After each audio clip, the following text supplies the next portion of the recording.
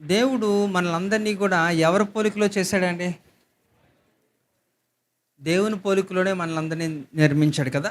అలాంటప్పుడు మనము చాలా శ్రేష్టమైన వారం. శ్రేష్ఠవారం అయినప్పటికీ కూడా మనం చాలా దేవుని దృష్టిలో మనం చాలా అమూల్యమైన వారం. అయినప్పటికీ కూడా కొన్ని సందర్భాల్లో మన యొక్క మన యొక్క బలం మనకు తెలుసు. మనం శ్రేష్టమైన వారము, అమూల్యమైన వారం అయినప్పటికీ కూడా మనము బలహీనులం. అంతేనండి? ఎవరన్నా చెప్పగలరా?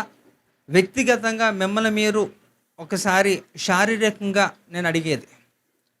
ఇప్పుడు ప్రభువులో నేను బలవంతుణ్ణు అని అలాంటి యొక్క తిరగేసి నాకే మీరు సువార్త బోధించిన అవసరం లేదు. నేను అడిగేది శారీరకంగా అందరూ కూడా ఏదో ఒక బలహీనతలో ఉంటారు. అయితే దేవుడు మనల్ని ఆయన పోలికలో చేసుకున్నప్పుడు మనందరికీ కూడా చక్కటి యొక్క పేర్లు ఉన్నాయి మీ అందరికీ కూడా కదా. అయినప్పటికీ కూడా కొన్ని సందర్భాల్లో మీకు కోపం వచ్చినప్పుడు ఏం చేస్తారు కోపం వచ్చినప్పుడు? ఇతరులను తిడుతున్నప్పుడు ఈ జంతువులతో పోలుస్తూ ఉంటారు కదా. ఏమని? అంటే అప్పుడు మీరు మర్చిపోతారు, మీరు దేవుని స్వరూపమని, దేవుని పోలికలో మీరు తయారు చేయబడిన వారని మర్చిపోతారు. అందు నిమిత్తం ఏం చేస్తారంటే ఇలా మాట్లాడుతూ ఉంటారు. మనం శారీరకంగా మనం బలహీనలం అయినప్పటికీ కూడా మనం ఆత్మలో ఎప్పుడూ కూడా బలవంతులమే. హల్లెలూయా. అయితే కొన్ని సందర్భాలు మనం ఒకసారి గుర్తు చేసుకుంటే, ఇక్కడ మానవుడు ఒక ఆయుష్ కాలం ఎంత అంటే 70 సంవత్సరములట. అధిక బలం ఉంటే 80. అయితే ఆట యొక్క వైభవం అంతా కూడా ఆయాసము దుఃఖమే అని కూడా మరి కీర్తనకారుడు తెలియజేస్తుంటాడు. అయినప్పటికీ కూడా ఇక్కడ మీరు గమనించాల్సిన ఒక విషయం ఏంటంటే, మరి కీర్తనల గ్రంథం మరి 150 కీర్తనలో మరి వివిధ రకాలైన మనుషులు రాశారని చాలా సందర్భాల్లో మాట్లాడుకున్నాం. అందులో ఒక కీర్తన భాగాన్ని ఒక్కసారి మనం చదువుదాం. ఇది కొంచెం లెందీగా ఉంటుంది కానీ అయినప్పటికీ కూడా అందుకే దీన్ని 2 పార్ట్స్గా మనం బ్రేక్ చేద్దాం. ఈరోజు ఒక భాగం మనం నేర్చుకుందాం, తర్వాత నాకు సమయం ఉంటున్నప్పుడు మరలా నేను రెండో భాగాన్ని నేను బోధిస్తాను. ఒకసారి చూడండి, 84వ కీర్తన. 84వ కీర్తనలో 3వ వచనాన్ని చూద్దాం. సైన్యములకు అధిపతిగా యెహోవా, నా రాజా, నా దేవా, నీ బలిపీఠమునొద్దనే పిచ్చుకలకు నివాసము దొరికెను, పిల్లలు పెట్టుటకు వానకోవెలలకు గూటి స్థలము దొరికెను. హల్లెలూయా, హల్లెలూయా. ఇక్కడ కానీ మీరు గమనిస్తే ఈ యొక్క ప్రత్యేకమైన కీర్తన మరి కోరాహ కుమారులు రచించిన కీర్తన. ఇది చాలా అద్భుతంగా ఉంటుంది మీరు కానీ చదవగలిగితే. మరి ఈ కోరాహ కుమారులు మరి దాదాపుగా 10 కీర్తనల వరకు కూడా ఇందులో రాశారు. అందులో ఇదొకటి 84వ కీర్తన కూడా మరి వారి చేత రచించబడింది. అయితే ఈ యొక్క 3వ వచనాన్ని మనం గమనిస్తే, సైన్యములకు అధిపతియగు యెహోవా, నా రాజా, నా దేవా, నీ బలిపీఠమునొద్దనే పిచ్చుకలకు నివాసము దొరికెను, పిల్లలు పెట్టుటకు వానకోవెలకు గూటి స్థలము దొరికెను అంటున్నాడు. అంటే వీరెప్పుడు కూడా మీరు కోరాహ గురించి మీరు వినే ఉంటారు. చాలా సందర్భాల్లో మనం మాట్లాడుకున్నాం. వారి ఎంత అవిధేయులు, మూర్ఖులు, ఇంకా గర్వాంధులు. మరి యొక్క దేవుని యొక్క ఉగ్రతకు వారు పాత్రులైపోయి వారందరూ కూడా మరి మార్గ మధ్యలోనే వారు నశించిపోయినట్టుగా మరి వాక్యం సంఖ్యాకాండం 16వ అధ్యాయంలో మనం చూడవచ్చు. మరి వారి యొక్క బిడ్డలో ఈ యొక్క కోరాహ కుమారులు ఎంతో దైవికంగా మరి ఎదిగారు. వారు మరి దేవుని యొక్క కృప పొందుకున్నారు కనుకనే ఇంత చక్కటి కీర్తనలో రాసి అనేక విషయాలు మనకి తెలియజేస్తున్నారు. అయితే ఇందులో ప్రధానంగా మనం గమనించవలసిన 2 ఇక్కడ చూస్తే, నీ బలిపీఠమునొద్దనే పిచ్చుకలకు నివాసము దొరికెను. సో ఇక్కడ పక్షుల గురించి మాట్లాడుతూ పిచ్చుకల గురించి మాట్లాడుతున్నారు. అలాగే 2వ భాగాన్ని కూడా మనం చూస్తే కింద పిల్లలు పెట్టుటకు వానకోవెలకు గూటి స్థలము దొరికెను. కాబట్టి ఇది పెద్ద సబ్జెక్ట్ కాబట్టి నేను ఈరోజు ఒక్క భాగం మాత్రమే మీకు వివరిస్తాను. 2వ భాగం తర్వాత కాలంలో మనం చూద్దాం. ఈరోజు మనం పిచ్చుకల గురించి మాట్లాడితే, పిచ్చుకల జాతుల్లో కూడా చాలా జాతులు ఉంటాయి. అయితే అందులో ఈ రోజుల్లో ఒక విధంగా చెప్పాలంటే ఎండేంజర్డ్ స్పీషీస్ అంటారు. అంటే అంతరించిపోతున్న పక్షుల జాబితాలో ఈ పిచ్చుకలు కూడా ఉన్నాయి. ఇప్పుడు మనకు కనబడుతున్నాయి కదా చిన్న పిచ్చుకలు. అవి అవి అంతరించిపోయే జాబితాలోకి వచ్చేసాయి. మనకి కనబడిన ఇదివరకు ఇంకా ఎక్కువ ఉండేవి. అవన్నీ కూడా నెమ్మది నెమ్మదిగా ఆ జాతి అంతరించిపోద్ది. కొన్ని రోజులకి మనకి కనపడదు. అయితే అంత చిన్న పిచుక గురించి కూడా బైబిల్‌లో మీరు గమనిస్తే ప్రతి విషయము కూడా చాలా సూక్ష్మముగా మనకి తెలియజేయబడింది. మీరు అనుకోవచ్చు చాలా బైబిల్ చాలా విషయాలు సైలెంట్‌గా ఉంటుందండి. చెప్పట్లేదండి. కన్‌ఫ్యూజన్స్ ఉన్నాయండి. కాంట్రడిక్షన్స్ ఉన్నాయండి. చాలామంది అజ్ఞానులు మాట్లాడతారు గానీ నిజంగా బైబిల్ ప్రతి చిన్న విషయాన్ని కూడా మనకు పట్టించుకుంటుంది. చిన్న విషయాన్ని కూడా మనకు బోధిస్తుంది. అది నేర్చుకునే జ్ఞానము మీకు ఉండాలి. అర్థం చేసుకో అమ్మ తలుపేయండి. అర్థం చేసుకునే జ్ఞానము మీకు ఉండాలి. సో దేవుడి యొక్క రాత్రికాల సమయంలో ఒక చక్కటి విషయాన్ని మనకి తెలియజేయడానికి ఇష్టపడుతున్నాడు. అయితే అది మీరు నేర్చుకోవడానికి మీకు కూడా అట్టి యొక్క ఆసక్తి ఉండాలి. ఓకే, స్థలం లేదని ఇబ్బంది పడుతున్నారేమో కొంచెం ముందుకు జరగచ్చు. ఇంకా అక్కడ అదంతా గ్యాపే ఉంది. కొంచెం మీరు జరిగితే వచ్చే వాళ్ళకి ఇబ్బంది ఉండదు. రైట్. అయితే ఇక్కడ మనం గమనించండి, ఇక్కడ పిచ్చుకల గురించి మాట్లాడుతూ ఈ పిచ్చుకలు అంట ఎక్కడ ఉంటాయంట ఇవి, నీ బలిపీఠము నొద్దనే పిచ్చుకలకు నివాసము దొరికినట. బలిపీఠం యొద్దన పిచ్చుకలకి నివాసం దొరికిందంట. సో బలిపీఠం గురించి మనం విన్నాము చాలా సందర్భాల్లో. అది పాత నిబంధన గ్రంథంలో మాట్లాడితే ఎక్కువ వీటి గురించే. ఇక ధర్మశాస్త్రం లేవి కాండాన్ని మీరు చూసినా, ద్వితీయోపదేశ కాండాన్ని చూసినా, ఈ రెండు యొక్క పుస్తకాల్లో ఇక బలిపీఠం యొక్క వివరణ చాలా అద్భుతంగా ఉంటుంది. వాటికి ఉన్న ఒక ప్రత్యేకత అది కూడా మీరు తెలుసుకోవాలి.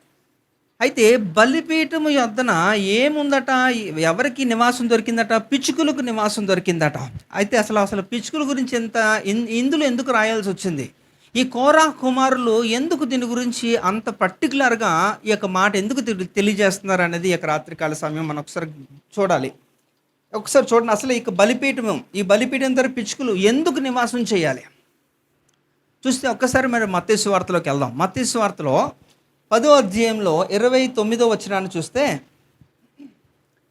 2 పిచ్చుకలు కాసుకు అమ్మబడును గదా, అయినను మీ తండ్రి సెలవు లేక వాటిలో ఒకటైనను నేలను పడదు. అంటే ఇక్కడ మీరు గమనించండి, ఇక్కడ 2 పిచ్చుకలు కాసుకు అమ్మబడతాయంట. అంటే ఒక కాసుకు 2 పిచ్చుకలు అమ్మబడుతున్నాయట. ఇది గమనించండి, ఎందుకంటే ఈ చిన్న క్యాలిక్యులేషన్ మీరు తెలిస్తే మీకు అర్థమైపోతుంది. మత్తయి సువార్తలో మత్తయి గారు రాసింది ఏంటంటే, ఒక కాసుకి 2 పిచ్చుకలు వస్తున్నాయట, అమ్మబడుతున్నాయంటే అలా అమ్ముతున్నారు. అంటే దాని ఒక కాసుకి 2 పిచ్చుకలు ఉన్నదని ఒక లెక్క. అయితే మరి లూకా సువార్తలో కూడా చూద్దాం. లూకా సువార్త 12వ అధ్యాయం 6వ వచనం చూస్తే చదవనమ్మా. లూకా సువార్త 12వ అధ్యాయం 6వ వచనం. 5 పిచ్చుకలు 2 కాసులకు అమ్మబడును గదా, అయినను వాటిలో ఒకటైనను దేవుని ఎదుట మరవబడదు. ఇక్కడ మీరు గమనించండి, ఈ క్యాలిక్యులేషన్ చూడండి. మత్తయి సువార్తలో అంటాడు ఒక కాసుకి 2 పిచ్చుకలట. ఇక్కడ లూకా సువార్తలో ఏమంటాడట, 5 పిచ్చుకలు 2 కాసులు. అంటే వాస్తవంగా మత్తయి గారు చెప్పిన విషయానికి వస్తే ఒక కాసుకి 2 పిచ్చుకలు అంటే 5 పిచ్చుకలు అంటే 5 కాసులు అవ్వాలా? అవునా? అది కాదు. అంటే ఇక్కడ మీరు అర్థం చేసుకోండి, అంటే జనరల్గా అలా చేయాలి. కానీ ఇక్కడ ఏంటట, ఇక్కడ 5 పిచ్చుకలు 2 కాసులకు అమ్మబడుతుంది. అంటే ఇక్కడ ఎందుకు ఇలా రాయబడింది అంటే, ఒక కాసుకి 2 పిచ్చుకలు అంటున్నప్పుడు 5 పిచ్చుకలు అన్నప్పుడు 5 కాసులకి 5 పిచ్చుకలు ఇవ్వాలి. అంటే ఇక్కడ 4 ఇవ్వాలి యాక్చువల్గా. ఎందుకంటే ఇక్కడ చూడండి, 5 పిచ్చుకలు 2 కాసులకు అమ్మబడుతున్నప్పుడు వాటిలో ఒకటైనను దేవుని ఎదుట మరవబడదు అంటున్నప్పుడు, ఇక్కడ 5 అంటే 5 కాసులకి అమ్మాలి వాస్తవంగా ఆ లెక్క ప్రకారంగా. కానీ ఇక్కడ అంటే ఒకటి ఎక్స్ట్రా వచ్చినట్టే కదా, ఒక ఎక్స్ట్రా పిచ్చుకు వచ్చింది కదా మనకి ఇక్కడ. అంటే ఇప్పుడు మనం దీన్ని ఆలోచించేద్దాం. ఇప్పుడు మీరు కూరగాయల మార్కెట్కి వెళ్ళారనుకోండి, కూరగాయలు కానీ లేకపోతే ఏదన్నా ఫ్రూట్ షాప్కి అలా వెళ్ళినప్పుడు మీకు ఎంతైతే మీరు కొనుక్కోవాలనుకుంటున్నారో, 1 కేజీనో 2 కేజీలో ఎంతైతే అంత మీరు వెల చెల్లిస్తారో కొంటారు. ఆ కాయగూరలు కొనుక్కున్నప్పుడు కూడా పాసిబిలిటీ ఉంటుంది. కొన్ని సందర్భాల్లో మీరు అడగకుండానే వాడు 1, 2 కాయగూరలు కూడా వేయచ్చు. అలాంటి అనుభవం మీకు ఉంది కదా. దాన్ని ఏమంటారు మన భాషలో, ఏమంటారట, అంటే మీరు అడగకుండానే కొన్ని సందర్భాల్లో వారు ఇస్తారు. అయితే కొన్ని సందర్భాలు మీరు అడిగి కూడా తీసుకుంటారు కదా. ఇంకొక 2 వేయండి అని అడుగుతారు. చక్కగా అడిగి తీసుకుంటారు కూడా. అలా తీసుకుంటారు. సో ఇది సహజంగానే జరుగుతుంది. అయితే మీరు ఇదే మైండ్లో పెట్టుకొని మీరు ఒక బంగారం కొట్టుకు వెళ్ళండి. బంగారం కొట్టుకెళ్ళి కొని ఒక కొసరు అడుగుతారా? ఇస్తాడాడు?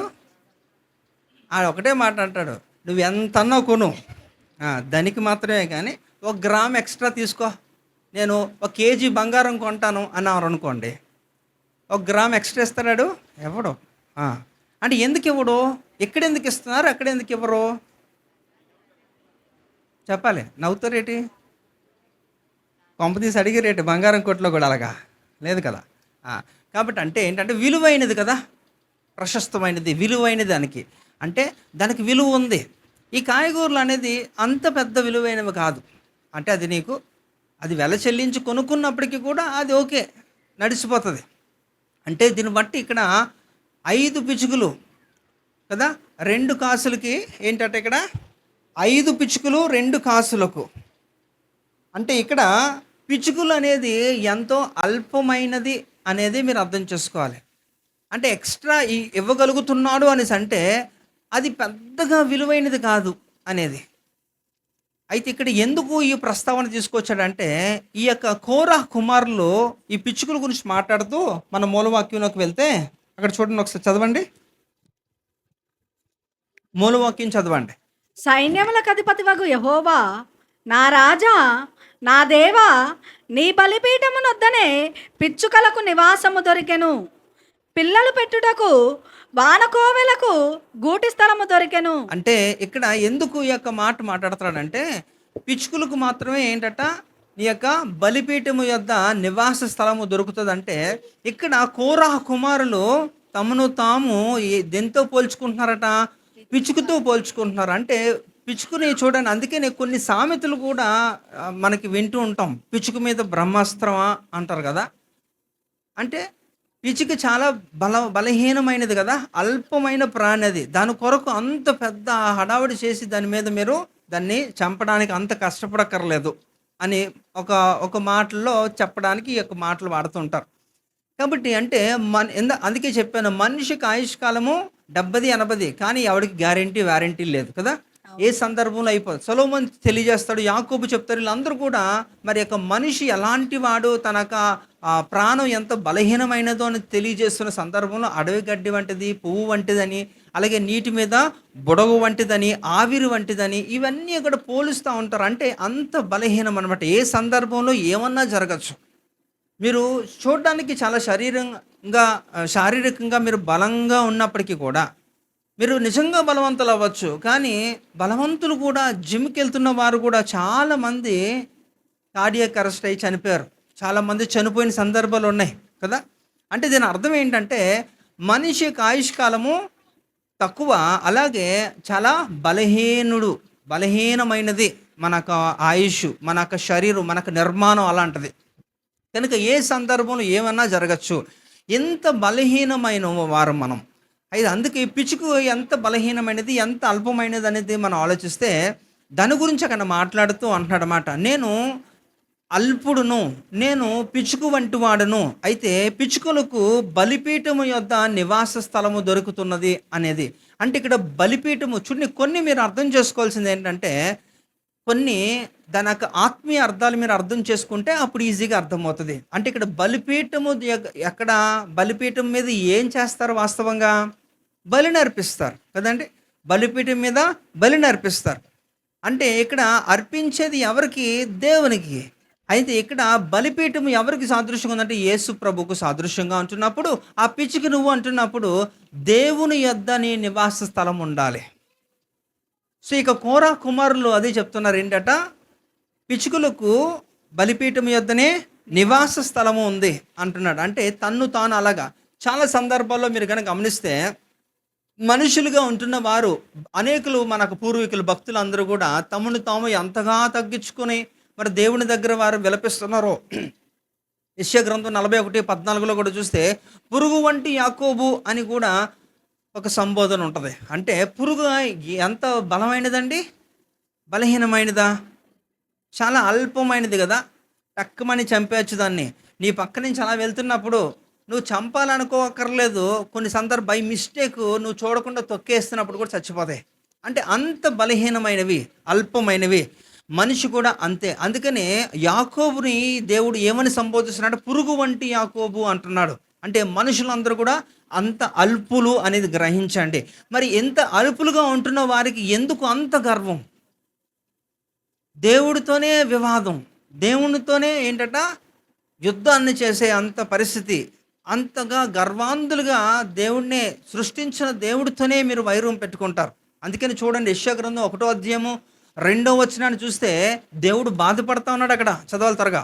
యెషయా గ్రంథం 1:2లో చూస్తే దేవుడు ఆకాశముతోని భూమితోని మాట్లాడుతున్నాడు.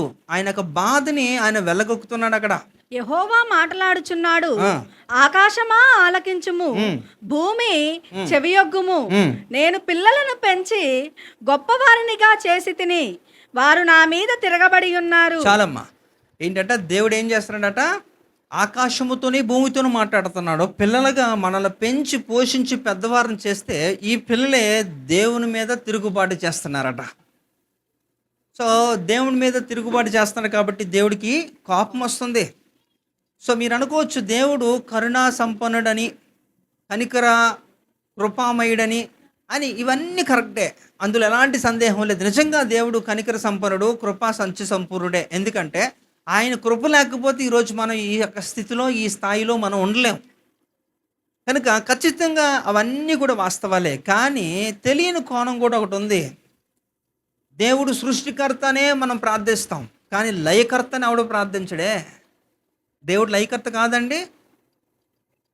అంటే ఆయన సృష్టించేవాడు, నాశనము చేయగలగడు కూడా. అందుకనే 2 పేతురు 3వ అధ్యాయంలో 8-9 వచనాలు కూడా మనం చూస్తే అక్కడ దేవుడి గురించి అక్కడ మాట్లాడుతున్నాడు. అక్కడ ఏంటట? అక్కడ ఈ యొక్క పంచభూతములను మిక్కుటమైన వెంట్రుములతో దేవుడు లయం చేయబోతున్నాడు. ఒక దినాన్న ఈ యొక్క సృష్టిని ఆయన నాశనం చేయబోతున్నాడు. అందుకే ఆయన లయకర్త కూడా. సృష్టికర్త ఎంత వాస్తవమో లయకర్త అనేది కూడా అంతే వాస్తవం. మనం నాణ్యానికి ఒకవైపే చూస్తూ ఉంటాం, కానీ రెండో వైపు చూడం. కానీ మీరు తెలుసుకోవాల్సిన సందర్భం, తెలుసుకోవాల్సిన సమయం కూడా ఇది. కనుక దేవుడు ఖచ్చితంగా మనలందరినీ కాపాడడానికి ఇష్టపడతాడు. కానీ ఆయనకి ఎదురు తిరిగినప్పుడు ఇక్కడ ఏం జరిగింది? ఇక్కడ సంఖ్యాకాండం 16వ అధ్యాయంలో కూడా మీరు చూడగలిగితే ఈ కోరాహు ఏం చేశారట? కోరాహు, దాతాను, అభిరాము వీళ్ళందరూ కూడా దేవుడి మీద తిరుగుబాటు చేసినప్పుడు దేవుడు వారందరినీ కూడా వారితో ఏకీభవించిన ఒక 250 మంది ఇశ్రాయేల్లో పెద్దలు, స్కాలర్స్ అన్నమాట. ఇశ్రాయేల్లో వాళ్ళందరూ కూడా ఒక ఉన్నతమైన ఒక తెలివిగల వారు, పదవిన అప్పటికే వారు అందరికీ ఉంది. వారు ఏం చెబితే అదే శాసనం లాంటిది అనమాట. అలాంటి వారు ఈ ముగ్గురుతో చేరి వారితో ఏకీభవించినందుకే వాళ్ళు ఇంకా గట్టిగా ఏం మాట్లాడలేదండి. వాళ్ళు డిస్కషన్స్ కూడా చేయలేదు. కేవలం కోరాహు, దాతాను, అభిరాము ఈ ముగ్గురుతో వారు ఏకీభవించారు అంతే. వాళ్ళకు వాయిస్ కలిపారు అంతే, లేపేశాడు అంతే. దేవుడి మీద తిరుగుబాటు చేస్తే దేవుడు ఎన్నటికీ కూడా అది ఒప్పుకోడు దాన్ని. అయితే ఇక్కడ ఎందుకు నేను ఈ యొక్క సందర్భం తీసుకొస్తున్నానంటే, మనందరము కూడా దేవుని యొక్క బిడలముగా ఉంటున్నప్పుడు, దేవుని పిల్లలుగా ఉంటున్నప్పుడు, దేవుడు మనలను ఎప్పుడు కూడా సంరక్షిస్తున్నప్పుడు, కాపాడుతున్నప్పుడు మనం ఎప్పుడు కూడా దేవుడి మీద తిరుగుబాటు చేయకూడదు. అయితే ఇక్కడ ఆ కోరాహు తనను తాను తగ్గించుకొని దేవుని యొద్ద ఎలా మాట్లాడుతున్నారంటే, పిచ్చుకలకే ఈ యొక్క బలిపీఠం యొద్ద నివాస స్థలము దొరుకుతుంది అంటున్నాడు. అంటే తన్ను తాను, ఒక పిచ్చికి ఎంత అల్పమైన ప్రాణం, ఎంత బలహీనమైనదో అది ఆయన తన్ను తాను ఏం చేసుకున్నాడట? పిచ్చుకలుగా ఆపాదించుకుంటూ ఆయన మాట్లాడుతున్నాడు. కనుకనే ఇక్కడ మనం చూడొచ్చు, యేసు ప్రభు వారు ఒక బలిపీఠముగా ఉంటున్నప్పుడు ఆయన మనల్ని కాపాడి విమోచించేవాడు. అలాంటిది అందుకని ఈ యొక్క అల్పమైన వాటి కోసము దేవుడు తన ప్రాణాన్ని త్యాగం చేశాడు కదా. 2024 సంవత్సరాల క్రిందటే యేసు ప్రభు వారి లోకానికి వచ్చి ఆయన చేసిన గొప్ప త్యాగం ఏంటంటే, అల్పులైన వారిని, పాపులు అనబడిన వారుగా మనుషులు అందరి కొరకు కూడా ఆయన తన ప్రాణాన్నే త్యాగం చేశాడు సిలువ మీద. సో మనకు తెలుసు. అందుకే నేను ఎప్పుడు కూడా ఒక మాట నేను మీకు గుర్తు చేస్తూనే ఉంటాను. ఒక లేఖన భాగం ఎప్పుడు కూడా ఇది సందర్భం వచ్చినప్పుడల్లా చెప్తుంటున్నాను. రోమపత్రిక 5వ అధ్యాయము 6 అలాగే 8 వచనాలు చూస్తే ఒకసారి చదువుతారా? రోమపత్రిక 5 అధ్యాయము 6 అలాగే 8 వచనాలు. ఏలయనగా ఆ. మనం ఇంకా బలహీనులమై ఉండగా క్రీస్తు యుక్త కాలమున భక్తిహీనుల కొరకు చనిపోయెను. అయితే దేవుడు మన ఎడల తన ప్రేమను వెల్లడిపరచుచున్నాడు. ఎట్లనగా మనం ఇంకనూ పాపులమై ఉండగానే క్రీస్తు మన కొరకు చనిపోయెను. మనం ఇంకనూ పాపులమై ఉండగానే క్రీస్తు మన కొరకు చనిపోయాను అంటే ఎంత పెద్ద త్యాగం అండి ఇది. అంటే ఈ అల్పులైన వారి కొరకు మనకి ఎంత మనము బలహీనలో బలవంతులో మీకే తెలుసు వ్యక్తిగతంగా కదా. చాలామంది అంటారు మనిషి తలుచుకుంటే చేయలేనిది ఏమీ లేదట. నిజమేనా? నిజమేనా? దేవుడిచ్చిన జ్ఞానాన్ని సరైన రీతిలో వినియోగించుకున్నప్పుడు ఆ దేవుడు తన్ని అలా నడిపించిన కొలది అసాధ్యములను సుసాధ్యములుగా చేయగలడు మానవుడు. కానీ స్వబుద్ధిని ఆధారం చేసుకొని సొంత జ్ఞానము మీరు కానీ వాడి దేవుడిని పక్కన పెట్టి మీరు ముందుకెళ్తే తాత్కాలికంగా మీరు ఏదన్నా సాధించారు అనే ఒక ఫీలింగ్లో భ్రమలో ఉండొచ్చేమో కానీ ఖచ్చితంగా మీరు ఓటమి చూడాల్సిందే. మీరు వైఖరి మార్చుకోకపోతే చివరిగా నాశనాన్ని కూడా మీరు చూడాల్సిందే. అందులో ఎలాంటి సందేహం లేదు. కనుక ఇక్కడ అందుకనే ఇదంతా కూడా ఎందుకు మనకి దేవుడు తెలియజేస్తారంటే యేసు ప్రభు వారు ఒక బలిపీఠముగా ఉంటున్నప్పుడు ఆయన యొద్ద మనము సేద తీర్చుకొని మనం రక్షించబడాలి. ఆయన యొద్దకు మనం వెళ్ళినప్పుడు అందుకనే కోరాహు కుమారులు చాలా తెలివైన వారండి. హేమాను యాతాను వీళ్ళంతా కూడా మీరు అనుకోవచ్చు వీళ్ళేంటండి అని. ఇప్పుడు సొలొమోను చాలా జ్ఞానవంతుడు కదా, నిజమేనా? చెప్పాలి, చాలా జ్ఞానవంతుడు. ఎందుకంటే చాలామంది బైబిల్ గ్రంథంలో జ్ఞానవంతులు ఉన్నప్పటికీ కూడా సొలొమోను పేరే దేవుడు తీసుకున్నాడు. అలాగని ఆదాము లేడా, అపోస్తులు పౌలు గారు లేరా, స్టెఫెన్ లేడా, ఇంకా యోబు లేడా, ఇర్మియా లేడా? వీరంతా కూడా జ్ఞానవంతులే. దానియేలు వీరందరూ కూడా, యోసేపు వీళ్ళందరూ కూడా ఉన్నతంగా ఉన్నప్పటికీ కూడా దేవుడు మాత్రం సొలొమోను పేరే చాలా ప్రధానంగా తీసుకున్నాడు. సొలొమోనుతోనే దేవుడు జ్ఞానానికి సంబంధించిన విషయాల్లో ఆయన పోల్చుకున్నాడు కూడా. ఒకసారి చూద్దాం అది కూడా త్వరగా. మొదటి రాజుల గ్రంథం 4వ అధ్యాయము 30వ వచనం నుంచి ఒకసారి చదవండి. అక్కడ క్లారిటీ ఇస్తున్నాడు. 29 నుంచి చదవండి. మొదటి రాజుల గ్రంథం 4వ అధ్యాయం 29 నుంచి.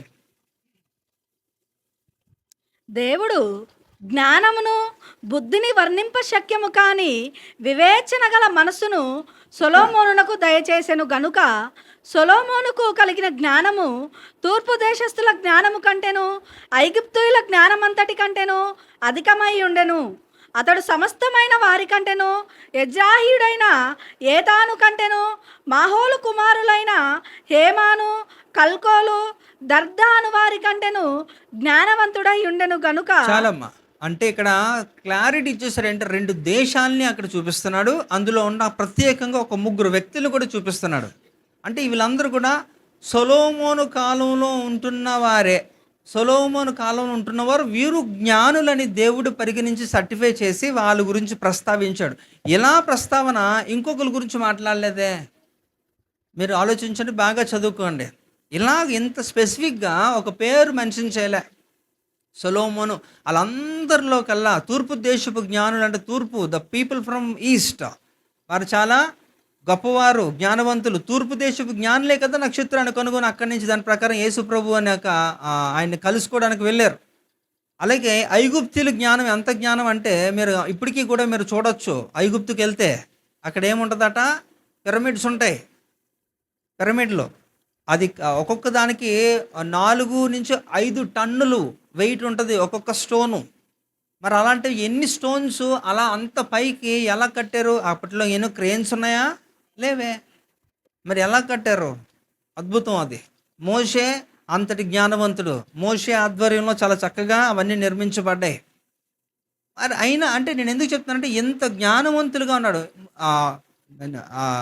అపోస్తుల కార్యంలో మోషే గురించి కూడా రాయబడింది. మోషే సకల విద్యల్లో ప్రావీణ్యుడట, అవునా కదా? మరి ఆయన అంత జ్ఞానవంతుడైనప్పటికీ కూడా మోషే గురించి జ్ఞానానికి సంబంధించినప్పుడు యేసు ప్రభు వారు ఆయన పేరు తీసుకుని రాలేదు. ఒక సొలొమోను పేరు ఎందుకు తెచ్చాడు? సొలొమోనుతో పాటు కొంతమందిని తీసుకొచ్చి వీరందరికంటే కూడా సొలొమోను సూపర్ అని ఎందుకు చెప్పాడు? కారణం ఏంటంటే సొలొమోను జ్ఞానంలో వేరేది కూడా మిళితమై ఉంది, ఇతరుల వారిలో అది లోపించింది. ఏమి లోపించిందో మీతో ఆల్రెడీ చదివించాను. 29లో ఒకసారి చదివితే ఆయనకున్న ఒక స్పెషల్ క్వాలిటీ ఏంటో చూడండి.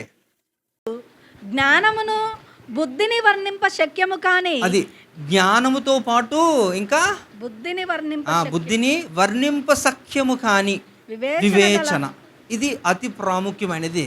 జ్ఞానం ఎలా అన్నా సంపాదించుకోవచ్చు, కానీ ఇది అవదు. ఆ వివేచన అన్నది అందరికీ ఉండదు. అది సొలొమోను వశం కాబట్టి సొలొమోనే టాప్. ఏంటి ఎప్పటికీ పాత నిబంధనకి కొత్త నిబంధనకి కూడా కలిపి సొలొమోనే టాప్. జ్ఞానం గురించి ఎవడన్నా మాట్లాడి సొలొమోను ప్రస్తావన తీసుకురాకుండా ఎవడు మాట్లాడడం అంటే దేవుడే చెప్తున్నాడు ఆయన గురించి. ఇక మీదట ముందు వెనక కూడా నీలాంటి వాడు లేడు రాడు అని దేవుడే చెప్తున్నాడు. ఒక సందర్భంకి వచ్చినప్పటికీ మత్తయి సువార్త 12లోకి వచ్చినప్పుడు మాత్రం 42 అనుకుంటా, అక్కడ ఏం చెప్తున్నాడు, అక్కడ తన్ను తాను మరలా పోల్చుకున్నాడు, సొలొమోనుతోనే పోల్చుకున్నాడు. కానీ సొలొమోను కంటే కూడా గొప్పవాడు ఇక్కడ ఒకడు ఉన్నాడు అని చెప్పి కూడా తెలియజేస్తాడు. అవునా? కాబట్టి మీరు అర్థం చదువుదమ్మా. విమర్శ సమయమున దక్షిణ దేశపు రాణి ఈ తరము వారితో నిలవబడి వారి మీద నేరస్థాపన చేయును. ఆమె సొలొమోను జ్ఞానము వినుటకు భూమ్యంతముల నుండి వచ్చెను.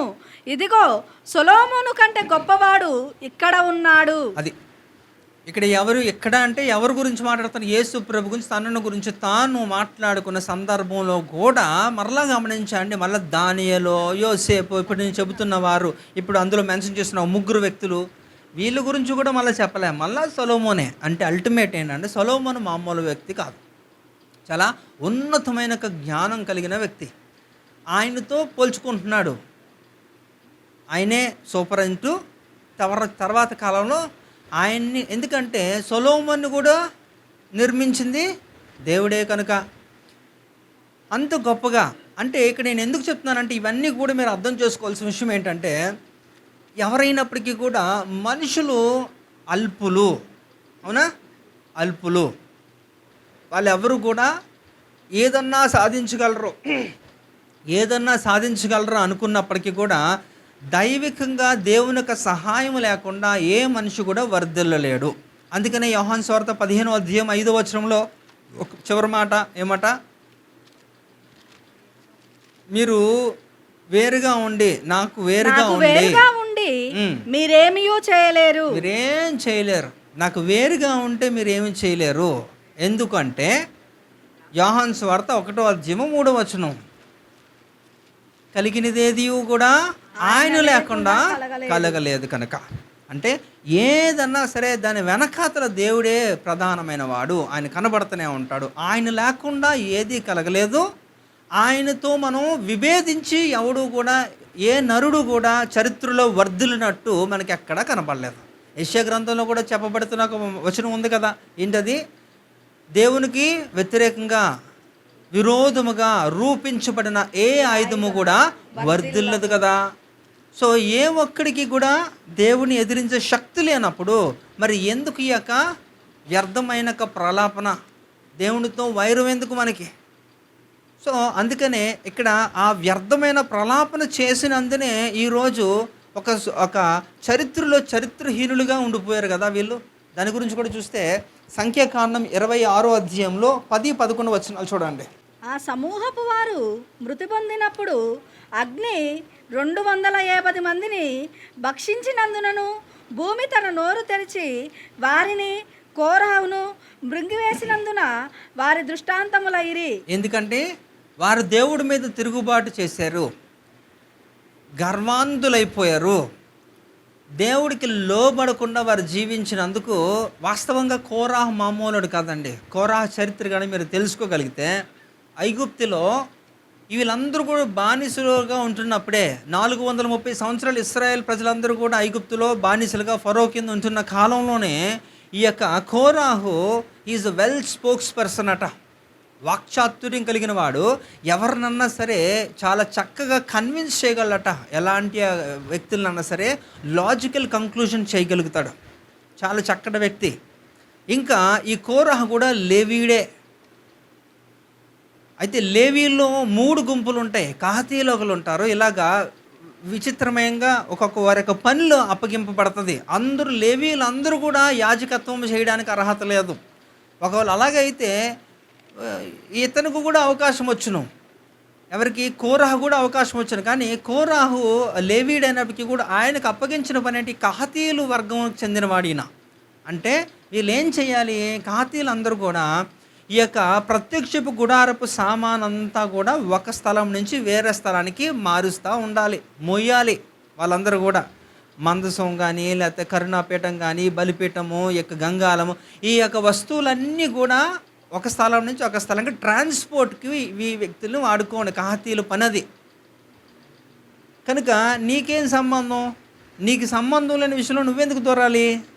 దూరేడు కాబట్టి ఇక్కడ ఏం చేశారట, ఇప్పుడు వీళ్ళందరూ దెనుకుంచాడు దేవుడు మనకి. ఈరోజు మనం మాట్లాడుకుంటున్నాం, దుష్టాంతములుగా ఉన్నారట. అంటే నీకు సంబంధం లేని విషయంలో నువ్వు దూరితే ఇది పరిస్థితి అని ఒక క్లారిటీ ఇచ్చాడనమాట. అంటే ఆయన నిజంగా చెప్పాలంటే అహరోను కంటే కూడా చాలా సూపర్ వ్యక్తి ఈ యొక్క కోరాహు. కానీ దేవుడు ఎన్నుకోలేదు. ఏం చేయాలి? దేవుడు ఎన్నుకోలేదు. దేవుడు ఎవరిని ఎన్నుకున్నాడు? మోషేని ఎన్నుకున్నాడు. అహరోనికి మోషేకి సహాయంగా అహరోన్ని సహాయం చేయమన్నాడు. వాళ్ళిద్దరికి అప్పగించాడు అంతే. ఈయనకి చెప్పలేదు. కానీ ఈయన నా టాలెంట్ అని చెప్పాను. ప్రతిదానికి కూడా దేవుని యొక్క సేవకు ఆటంకంగా 40 సంవత్సరాల్లో మధ్యలో ఎన్నోసార్లు వచ్చి కౌంటర్లు వేస్తున్నాడు, అడ్డుపడుతున్నాడు.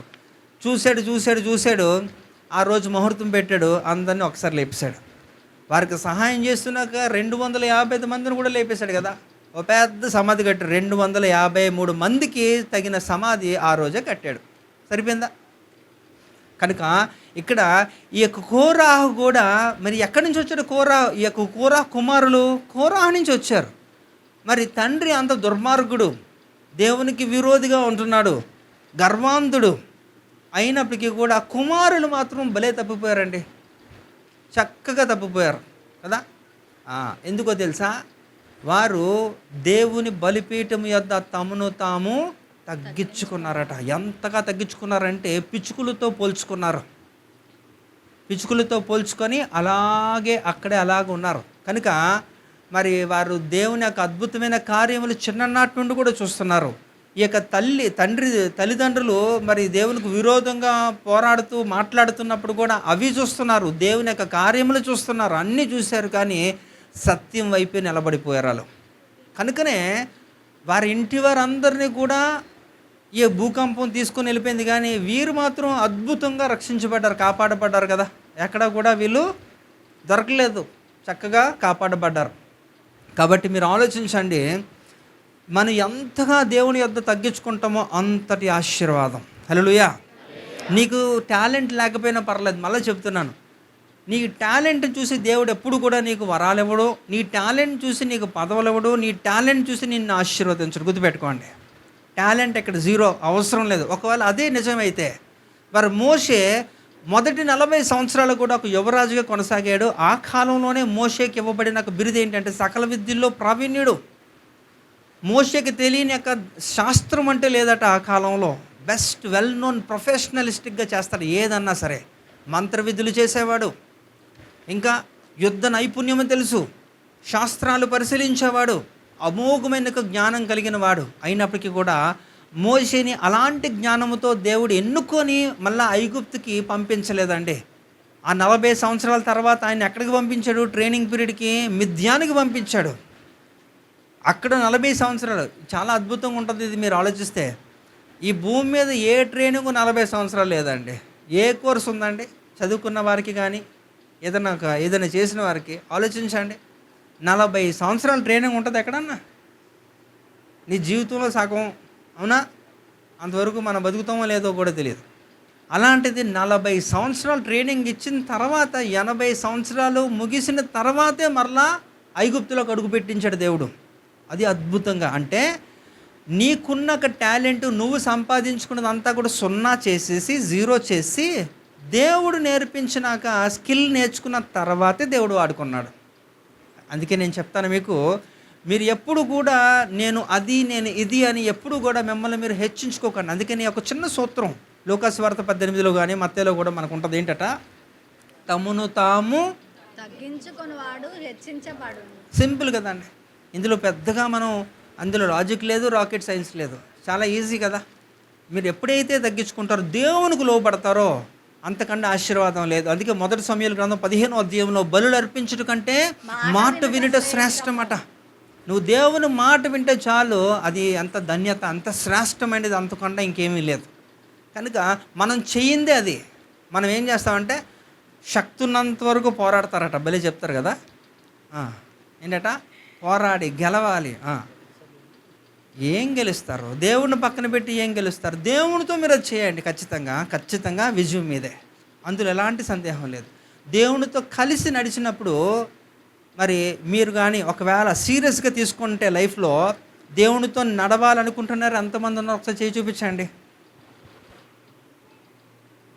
దేవునితో నడవాలనుకుంటున్నవారు మీరేనా? లేదా? కొంతమంది ఏం ఆలోచిస్తున్నారు, నడవాలా వద్దా అని. పోనీ సాతానుతో నడవాలనుకున్న వాళ్ళు వద్దా? నడవడం ఏంటంటే రోజు కలిసి జీవిస్తున్నాం కదా అంటారేమో. సరే, సాతానుతో ఎవరు నడవడానికి ఇష్టపడరు కదా, రహస్యంగా నడుగుతారు, అది మీ పర్సనల్ అండి. అయితే ఇక్కడ దేవునితో కలిసి నడిచిన వ్యక్తి అయితే ఏం చేశారట, భూమి మీద లేకుండా వెళ్ళిపోయాడట, మరణాన్ని రుచి చూడలేదట కదా. ఎవరు ఆ వ్యక్తి? మన హానోక్ పాలా, రైట్ కదా. ఆదికాండం 5వ అధ్యాయంలో పరిచయం అయిన వ్యక్తి 23-24లో మనకి అక్కడ కనిపిస్తాడు. చక్కగా 300 సంవత్సరాలు దేవుడితో నడిచి టక్కమని కనుపోబడ్డాడట. నిజంగా అద్భుతం కదండి.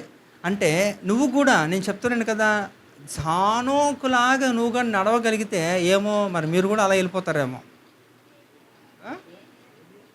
ఆయన మరి అక్కడ దేవుడు ఒక ఓలా క్యాబ్ బుక్ చేశాడు ఆయనకి కదా, విత్ ఫైర్ చారియట్ అంతా కూడా, అగ్ని రథముల చేత ఆయన ఘనంగా దేవుడు ఆయన తీసుకున్నాడు. ఆయన పరిచయం వేరు. వాళ్ళిద్దరు కూడా మరణాన్ని రుచి చూడకుండా చాలా చక్కగా వెళ్ళిపోయారు. వారు దేవుని కొరకు అంత శ్రమపడ్డారు.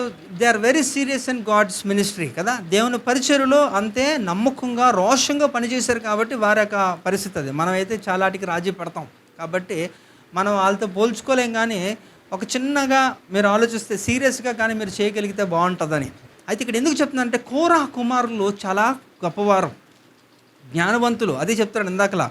సొలొమోను కాలంలోనే వారి గురించి కూడా ప్రస్తావన. హేమాన్ ఎవరు? కోరహ కుమారుడే కదా. ఈ యొక్క హేమాను గురించి కూడా ఇందులో రాయబడింది. అంటే సొలొమోను కంటే కాదు, కానీ ఈయన కూడా మంచి జ్ఞానవంతుడు అని దేవుడే సర్టిఫై చేశాడు కదా. మరి ఎంతగా ఉంటున్నప్పుడు ఈ రోజుల్లో కొంచెం తెలిసినా సరే వారు ఎంతగా అంటారంటే, నాకు అన్నీ తెలుసు అనే ఒక ఫీలింగ్లో అని, అంటే ఎవరిని కేర్ చేయరు. కానీ వాళ్ళకి అన్నీ తెలిసినప్పటికీ కూడా వాళ్ళు ఎంతగా తగ్గించుకోరంటే, పిచ్చుకలకు ఎక్కడ నివాసయోగ్యం దొరుకుతుందట? బలిపీఠము యొద్దనే నివాస స్థలము దొరికిందట. వారు పిచ్చుకలుగా తమను తాము దేవుని సన్నిధిలో వారు తగ్గించుకున్నారు. కనుకనే వారు, నేను అనుకుంటాను ఇవన్నీ కూడా చూశాడు దేవుడు. కనుకనే ఆ 250 మందిని లేపేసినప్పుడు వీరిని తప్పించేశాడు. దేవుడు అంటే పిచ్చి వీళ్ళకి. ప్రభు దినము గురించి ఎక్కువగా మాట్లాడింది కూడా వీళ్ళే. ఈ కీర్తనలో కానీ మీరు చదవగలిగితే, ప్రభు దినం కొరకు ఉత్సాహంగా ఎదురు చూసేవాళ్ళు వీళ్ళే. ఎప్పుడండి? పాత నిబంధన గ్రంథంలో వాళ్ళు ప్రభుదినం ఎప్పుడు, ఇంకా మన కాలంలోనే రాలేదు, ఇంకా వస్తుంది. అంటే వీళ్ళు చూడండి, అంటే క్రీస్తు పూర్వం ఎప్పటి నుంచో దేవుని గురించి అప్పటి నుంచే ఎదురు చూస్తున్నారట. అంటే ఇంక వాళ్ళకి ఇంకొక జ్ఞాపకం లేదు వాళ్ళకి, ఇంకా దేవుడు అనే ఒక పిచ్చితోనే ఉన్నారన్నమాట. అంత ఉత్సాహంగా దేవుని కొరకు ఎదురు చూస్తున్నారు. మరి అలాంటి వారిని దేవుడు తప్పించడా? అందుకే కదా మోషే కీర్తనలో కూడా వీరి గురించి రాయబడింది. ఏమంటారా వీళ్ళు? 91 14 90 91:14 చూడండి ఒకసారి. అతడు నన్ను ప్రేమించుచున్నాడు కనుక నేను అతన్ని తప్పించేదను. అది మరి తప్పించబడ్డా కోరహ కుమారులు అద్భుతంగా. అది ఒక ఆశ్చర్యమే మనకి. ఎందుకంటే అందరితో ఇవారు తల్లిదండ్రులతో కలిసే ఉన్నారు కదా వీళ్ళు, చిన్నపిల్లలు అప్పుడు. అయినప్పటికీ కూడా వాళ్ళందరూ పోయారు, వీళ్ళు సెపరేట్ అయిపోయారు. అలా సెపరేట్ అయిపోయారు తెలియదు మొత్తానికి. అంటే దేవుడు తప్పిస్తాడు. ఎందుకంటే దేవుని కొరకు బ్రతకాలనుకున్న వారిని ఖచ్చితంగా దేవుడు సంరక్షిస్తాడు. అయితే అందులో కూడా మనం ఎంతగా తగ్గించుకోవాలంటే, దేవుని సన్నిధిలో తగ్గించుకుంటున్నప్పుడు మీరు హెచ్చింపబడమే కాదు, అద్భుతంగా దేవుడు మీకు దయచేయవలసినవన్నీ కూడా మీకు అనుగ్రహిస్తాడు. అయితే ఇక్కడ కూడా ఒక చిన్న సందర్భం చూపించండి, ముగించేస్తాను. చూడండి, కీర్తనకారుడు దావీదు కూడా ఒక మాట అంటాడు చూడండి. 108వ కీర్తన 9వ వచనం చూడండి. మోయాబు, నేను కాళ్ళు కడుక్కొను పల్లెము, ఏదోము మీదకి నా చెప్పు విసిరివేయుదును, ఫిలిస్తీయుని బట్టి జయోత్సవము చేసి ఉన్నాను.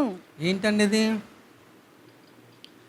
ఇది దావీదు కాలంలో దావీదు ఎప్పుడు కూడా నిరంతరము కూడా యుద్ధాలు చేస్తూనే ఉంటాడు.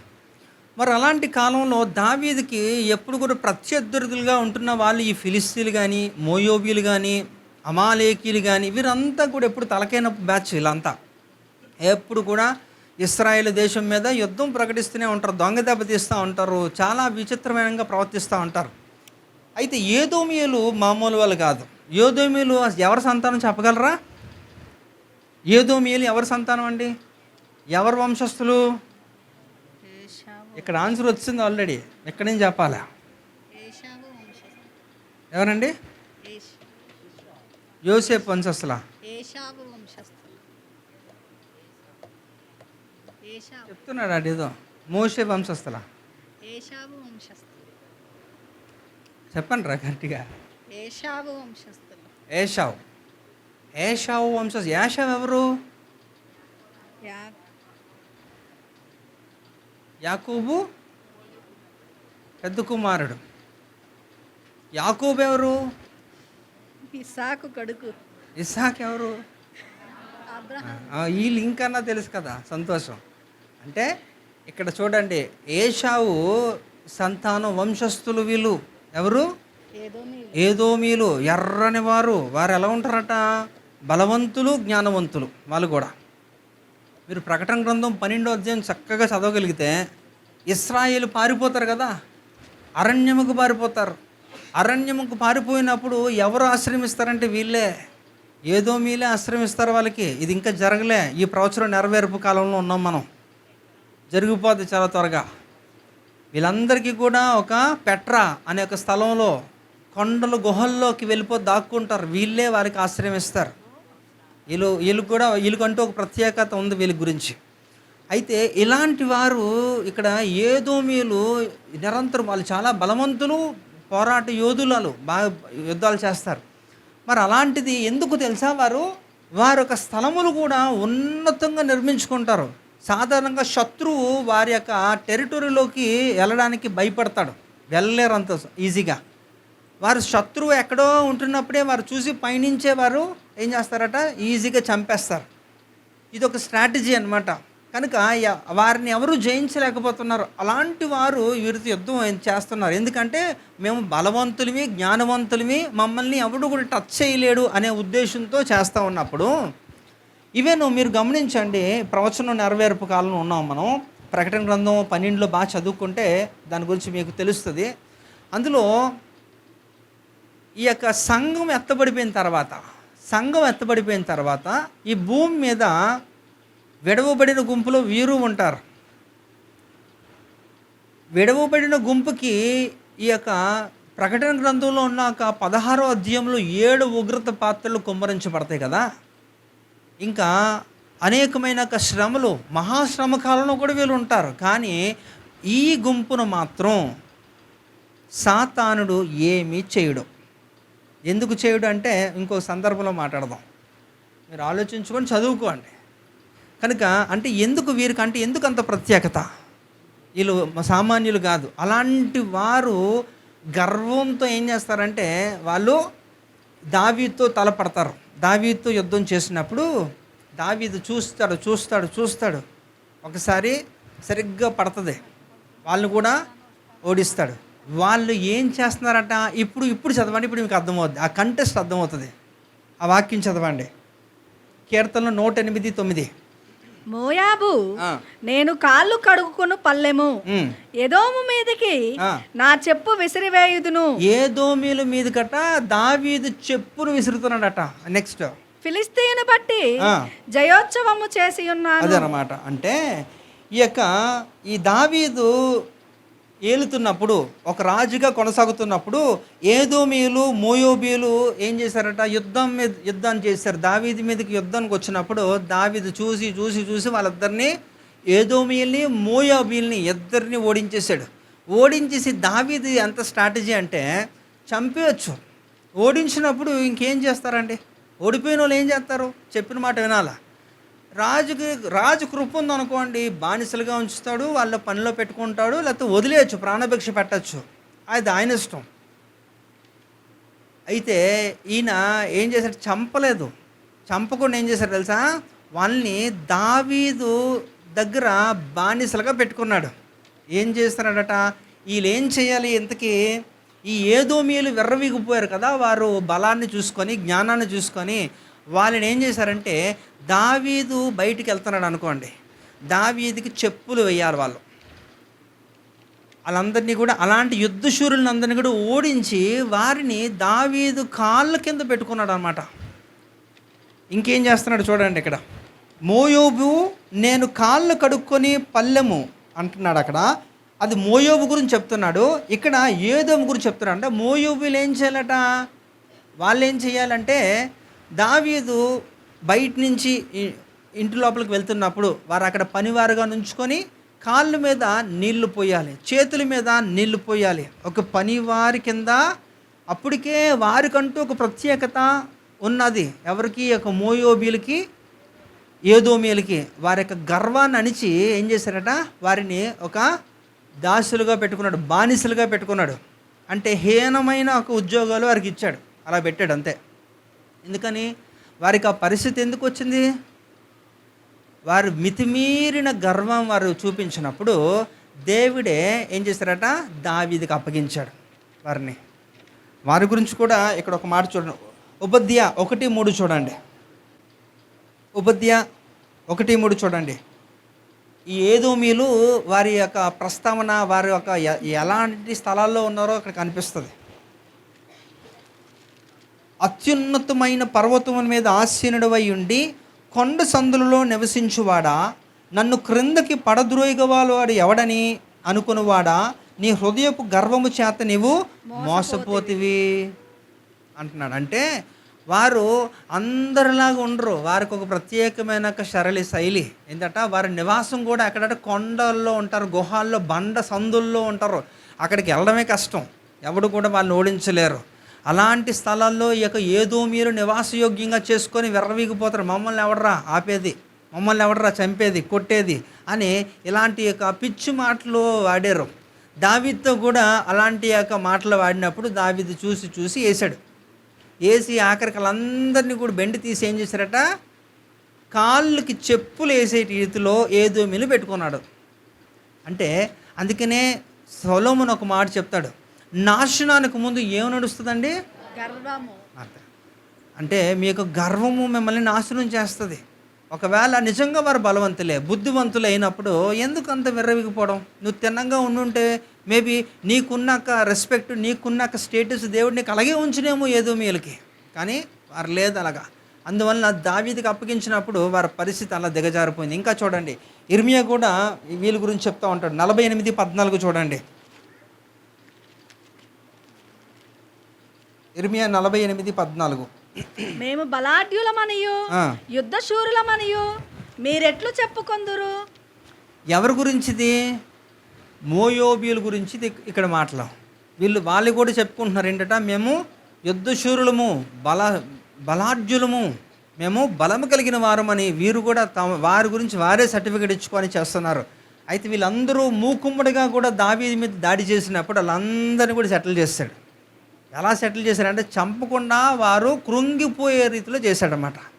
ఒకడు కాళ్ళ మీద నీళ్లు పోస్తాడు, చేతుల మీద నీళ్లు పోస్తాడు, ఇంకొకడు కాలుకి చెప్పులేస్తాడు. దావీదు బయటికి వెళ్ళడం వచ్చినప్పుడు ఇవంతా కూడా వీళ్ళే చేయాలి, ఆ పని వీళ్ళే చేయాలి, అలా చేసి పెట్టాడనమాట.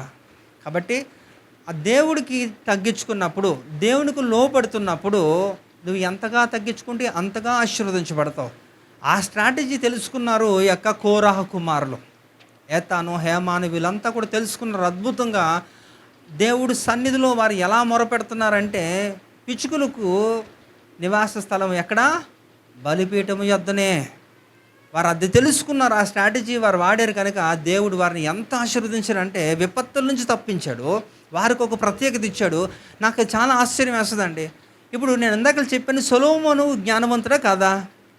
సొలొమోను జ్ఞానవంతుడా? ఈ యొక్క కోరహ కుమారులు జ్ఞానవంతులా? చెప్పాలి కదా.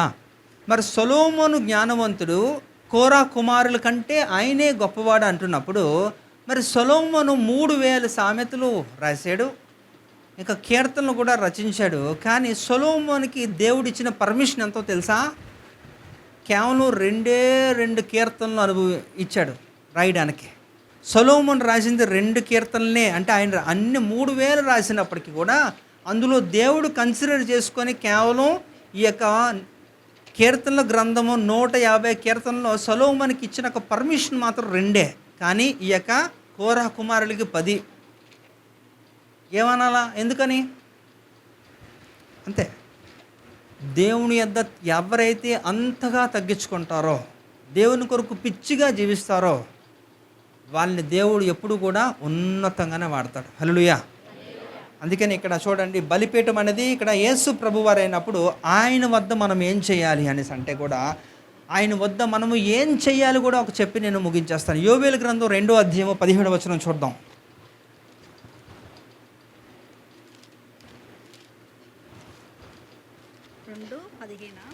యోవేలు గ్రంథం 2:17 అమ్మా.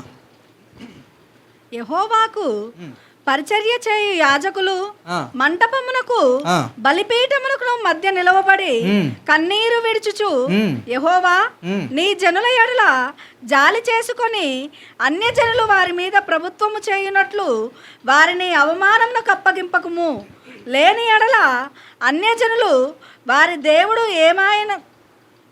ఏమాయనందురు కదా అని వేడుకొనవలెను. అది అంటే ఇక్కడ చూడండి, ఇక్కడ దేవుని ప్రజలని చెప్పబడుతున్న ఇశ్రాయేల్ ప్రజలు, మీరు అన్యులు ప్రభుత్వం చేయకుండా కన్నీరు కార్చాలట. ఈ రోజుల్లో కూడా దేవుని యొక్క ప్రవచనం ఏం చెబుతుందంటే, దేవుని యొక్క మందిరము అన్యులు పాలవుతుంది అని. అవునా? వాళ్ళు ఏం చేస్తారట? తొక్కుతారట. మిళితమైన జనాంగం వస్తుందట. హేయమైన అపవిత్రమైన వస్తువు ఏం చేస్తారట? ఎందులో ఆలయములో పెడతారు. దానియేలు గ్రంథం 9వ అధ్యాయం 27లో మనం చదివాం. అది ఆల్రెడీ ఒకసారి జరిగిందని చెప్పాను, అది మరలా జరగబోతుందని కూడా చెప్పాను. అది జరుగుతుంది. 3వ మందిరానికి అంతా సిద్ధం, ఆల్మోస్ట్ అన్నీ రెడీ అయిపోయాయి. ఒక్కటేం బాకీ ఉంది, ఏంటంటే వీళ్ళందరూ కూడా ఏకీభవించాలి. ఈ యొక్క ముస్లిం దేశాలన్నీ కూడా, ఇస్లామిక్ కంట్రీస్ అన్నీ కూడా వారు ఒప్పుకోవాలి. ఎందుకు? ఈ యొక్క మాస్క్ ఏదైతే స్థలం మనం ఏదో కోరుకుంటున్నామో, వాళ్ళ యొక్క మందిరం ఏదైతే మాస్క్ కట్టారో ఆ మసీదు, ఆ స్థలం వారు ఇవ్వాలి, మనకి పర్మిషన్ ఇవ్వాలి. అప్పుడు నేను చెప్తున్నాను, ఇప్పుడున్న టెక్నాలజీకి ఇశ్రాయేల్ ప్రజలు 3 రోజుల్లో కూడా కట్టేయగలరు. తెలుసా? 3 రోజులు అంటే ఇట్స్ ఇంపాసిబుల్, కానీ కట్టేస్తారు వాళ్ళు. అంత టెక్నాలజీ ఉంది వాళ్ళకి. పెద్ద శ్రమ ఏం కాదు. ఓన్లీ ఈ యొక్క భూ వివాదం తేలిపోతే అయిపోద్ది. భూ వివాదం తేలిపోయింది అనుకోండి, చాలా మటుకు సకానికి పైగా ఉన్న ప్రవచనాలు నెరవేర్పు అయిపోయినట్టు. ఇప్పటికే 85% అయిపోయింది నా లెక్కల్లో. ఇంకా 15% బాకీ, అది కూడా అయిపోద్ది. ఇది తేలితే అది అయిపోద్ది. సో ఇది అయిపోయింది అనుకోండి, మెల్లిగా స్టార్ట్ అయిపోతాయి. ఇంకేవేవైతే నెరవేరాలో మనం అంతా కూడా ఇంకా రెడీ చేసుకోవాలి, బట్టలు సర్దిసుకోవడం. ఎక్కడికి వెళ్ళడానికి? వెళ్ళిపోతారా? వెళ్తారా? వెళ్ళాలని ఆశ కదా. మీ ఆశని దేవుడు నెరవేర్చునుగాక. ఆమెన్ అంటాను కూడా చాలా కష్టమే. ఎవరాలు 2 సార్లు వెళ్తారా? లేవు. రైట్. కనుక ఇది ఆలోచించండి. నిజమే, చాలా సంతోషం. అందరూ వెళ్ళాలి. దేవుని చిత్తం కూడా అదే. ఏ ఒక్కరు నశించడం తండ్రి చిత్తము కాదు. కుమారుడు కూడా ఏం చేస్తున్నాడట? నశించిన దాన్ని వెదక రక్షించడానికే మనుష్య కుమారుడు లోకానికి వచ్చినప్పుడు ఆయన కూడా దాని కొరకే ప్రయాసపడి చేసి ఆయన వెళ్ళిపోయాడు. కనుక ఖచ్చితంగా పరిశుద్ధాత్ముడి భూమి మీద అధ్యక్షత వహిస్తున్న వ్యక్తి కూడా సంఘముగా మనలందరినీ కూడా సిద్ధపరచడానికే. అందుకని అపోస్తలుల కార్యం 20వ అధ్యాయం 28లో మీరు చదువుకోండి. ఆయన ఒక అడ్మినిస్ట్రేటర్గా మనలందరూ కూడా సిద్ధం చేసి ప్రభువారు వచ్చే సమయానికి మనలను ఆయనకు అందజేయడానికే ఆయన ఉన్నాడు ఈ భూమి మీద. ఇవన్నీ కూడా ఏకకాలంలో జరిగిపోతాయి. మీరు ఆలోచించండి. ఫైనల్గా ఇక్కడ ఈ యొక్క కోరహ కుమారులు రక్షించబడడానికి, వారికి అంత ప్రత్యేకతను దేవుడు కలగజేయడానికి ప్రధానమైన విషయం ఏంటంటే, తమను తాము దేవుని సన్నిధిలో తగ్గించుకున్నారు. దేవుని సన్నిధిలో ఎవరైతే తగ్గించుకుంటారో వారిని దేవుడు ఎప్పుడు మర్చిపోడట. వారికి ఎప్పుడు కూడా ఒక ఉన్నతమైన స్థానాన్ని దేవుడు కలిగజేస్తాడు. కనుక మీరు కూడా మీకున్నాక తలాంతులు ఏమైనా కానివ్వండి, మీరు ఎంత గొప్పవారైనా కానివ్వండి, బలవంతులైనా కానివ్వండి, మనం అందరం కూడా దేవునికి ఎప్పుడు కూడా దేవునికి లోబడే ఉండాలి. అదే దేవుడు బాధపడుతున్నాడు. యెషయా గ్రంథం 1:2 మీరు చదివించాను. ఆకాశంతో మాట్లాడుతున్నాడు, భూమితో మాట్లాడుతున్నాడు. ఏంటట, నేను ఈ పిల్లల్ని నేను పెంచి పోషించాను, కానీ వీరేం చేస్తున్నారు, నా మీద తిరగబడి ఉన్నారు. వీళ్ళు దేవుడి మీదే తిరగబడే. అసలు నీ ఆయుష్ ఎంత, నీ యొక్క బలం ఎంత, అసలు నీ స్థితి ఏంటి? కానీ నువ్వు దేవుడి మీదే తిరగబడితే నీ పరిస్థితి ఏంటంటే అది దాన్ని వర్ణింప సఖ్యము కానిది. కనుక దయచేసి దేవుడు మనకిచ్చినాక ఈ యొక్క స్వల్ప ఆయుష్, ఈ యొక్క అల్పులుగా మనం ఉంటున్నప్పుడు మీరు దేవుని యొక్క కరుణ కోరుకోండి, దేవునికి లోబడి ఉండండి. దేవుని సన్నిధిలో నిరంతరం కూడా మీరు తగ్గించుకునే అనుభవంలోకి మీరు వెళ్ళండి. దేవుడు మిమ్మల్ని అద్భుతంగా దేవుడు మిమ్మల్ని దీవిస్తాడు. దేవుడి యొక్క కొద్ది మాటలను దీవించును గాక. రైట్, చిన్న ప్రార్థన చేద్దాం. మరి రేపటి దినం కొరకు కూడా మనల్ని మనం ప్రత్యేకించుకొని